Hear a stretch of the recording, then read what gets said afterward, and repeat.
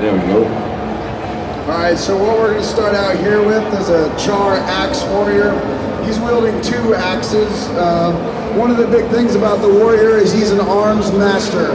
He has an access to a wide variety of different weapons, whether it be an offhand and main hand. And the big thing about axes is it's a very high damage set. One of the cool skills that you can see on axes is the whirling axe. It allows you to move in a straight line and whirl at your opponents and deal tons of damage in an area.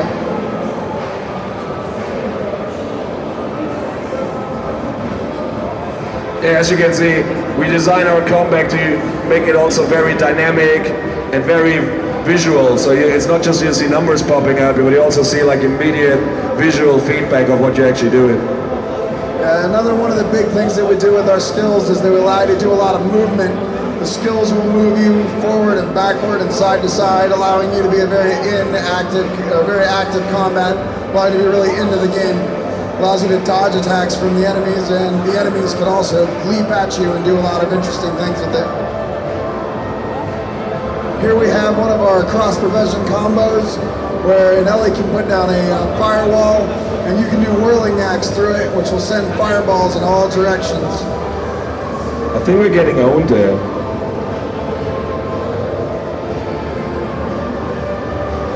Another big thing that the warrior can do is he can swap out his weapons on the fly. Swap out to a mace shield set. This makes him more durable, more powerful, and taking on damage from enemies. This also gives him access to stuns, allowing him to swap in and out and make his own combos and unique combinations with the weapons, where he can swap to bows and rifles and other weapons at his disposal, allowing him to have a very interesting set of combinations depending on the 2 weapon sets that he brings to battle.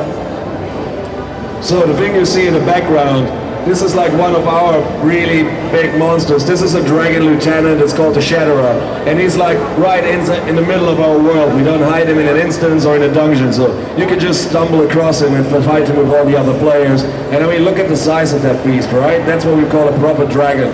And just to make it clear, this is just a dragon lieutenant. Our elder dragons, they will be way bigger.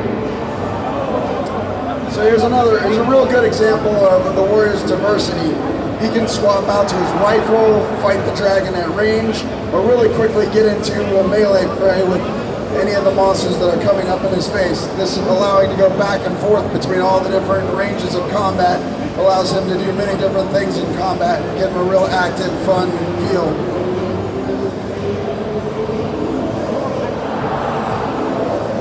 Another one of the big things about our combat system is we've set your first 5 skills from your weapons. This allows anything that you move around the world, environmental weapons, rocks, anything that you get your hands on to completely change out your skills, not just the weapons that you bring. So here we have siege equipment, a mortar that he picks up and he can fire it at the dragon, so you can shoot it at anything around, allowing you to be very interactable with your environment and do lots of damage, or find anything around you and make improvised weapons and do damage to your enemies.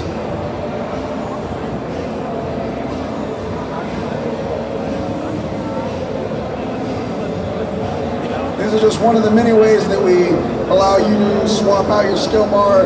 An elementalist can create magical conjured weapons on the ground, and you can pick them up and change out your skill bar, or you can throw a banner down on the ground as a warrior and pick that up and move it around the battlefield. These are just all sorts of ways that we really change out your skill bar and do many different things. One thing in general, like, we will not have quests in Guild Wars 2. Our philosophy is we have a dynamic event system in the game, and all our events are scaling. It means they scale according to how many players are there, so we will always give you a nice challenge there.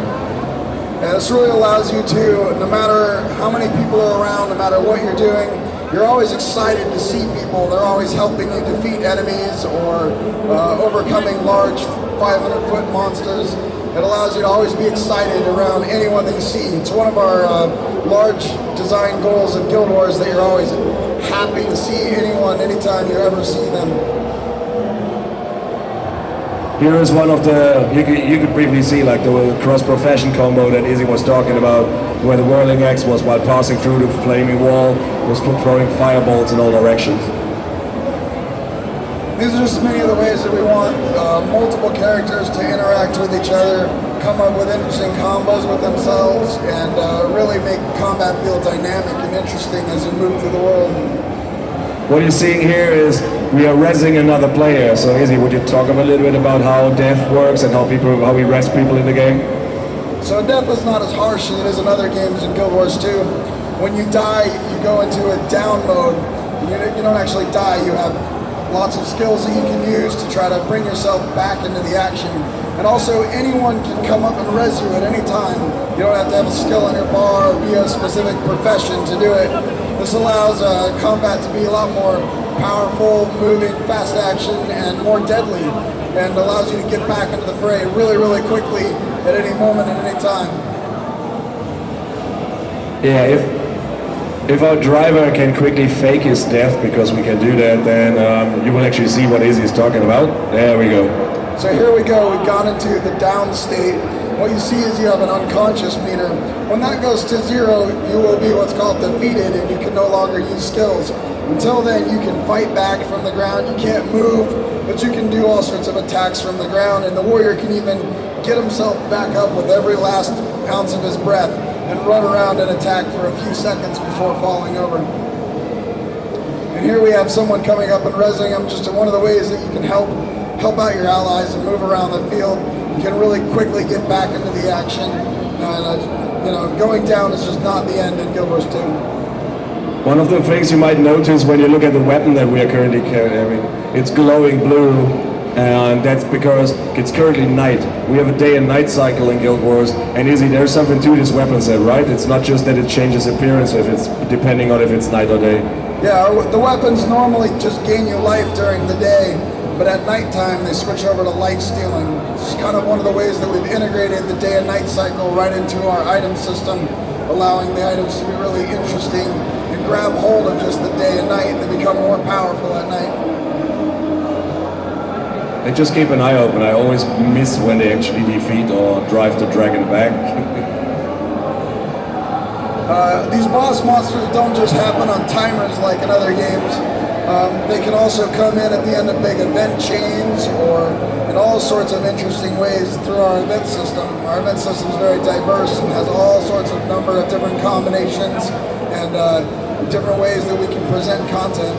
And this dragon just happens to be one of our big powerful monsters that we sped up in the demo so you can see it over and over again. But like the big swamp monster that you've seen before, that one comes in at the end of a big event chain that players get to experience and go through. Okay, we know we'll go to an area where we normally don't go to. I think it is the crystal area. We'll find out soon. That's a good thing. It's all live, it's all dynamic. We have no clue what the guys upstairs are actually doing. So where are we? Here is Izzy. Do we know where we are? I didn't actually see which way we teleport to. Oh, okay. This is the camp of the Turban Priory. Thanks, guys. So one of the great things about the event system is no matter, you can come to a map over and over and over again, and it'll always feel different because the different events can be running. You'll see different things that you've never seen before. It really allows you to experience the content over and over and over again and it not feel like the same boring quests over and over and over again.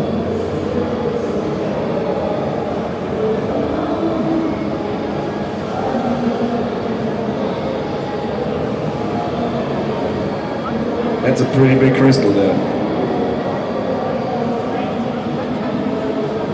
So in this particular area, the Grawl have decided to worship this large crystal, and you're coming down to interact with them.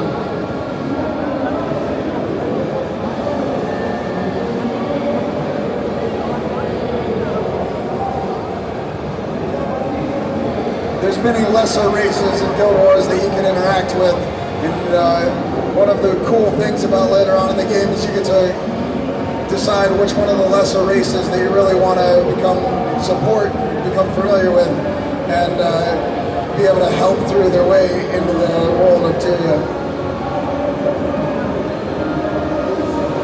Oh hey! As you can see here, when I was talking about visual combat, that cyclone you just saw on the side of the screen out there, that's actually another player.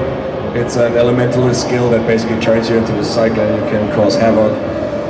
It's an elite skill. Some of our really powerful skills that you can do will even transform your entire character into, say, a tornado or a plague, and allow you to move around the world and just do massive damage to everything around you. But they come at the cost of a really long cooldown, so you can only do it every once in a while. But it gets you out of really bad situations. I just had a look at the time. We are out of time for this, so why don't we salute the crowd and then we wrap up the demo. There we go. We salute you. And that was our first presentation of the day. Hat's euch gefallen? Wunderbar. Wie gesagt, heute ist, thanks Izzy. Big applause for Izzy Cartwright. Izzy wird später wieder zurück sein. Wie gesagt,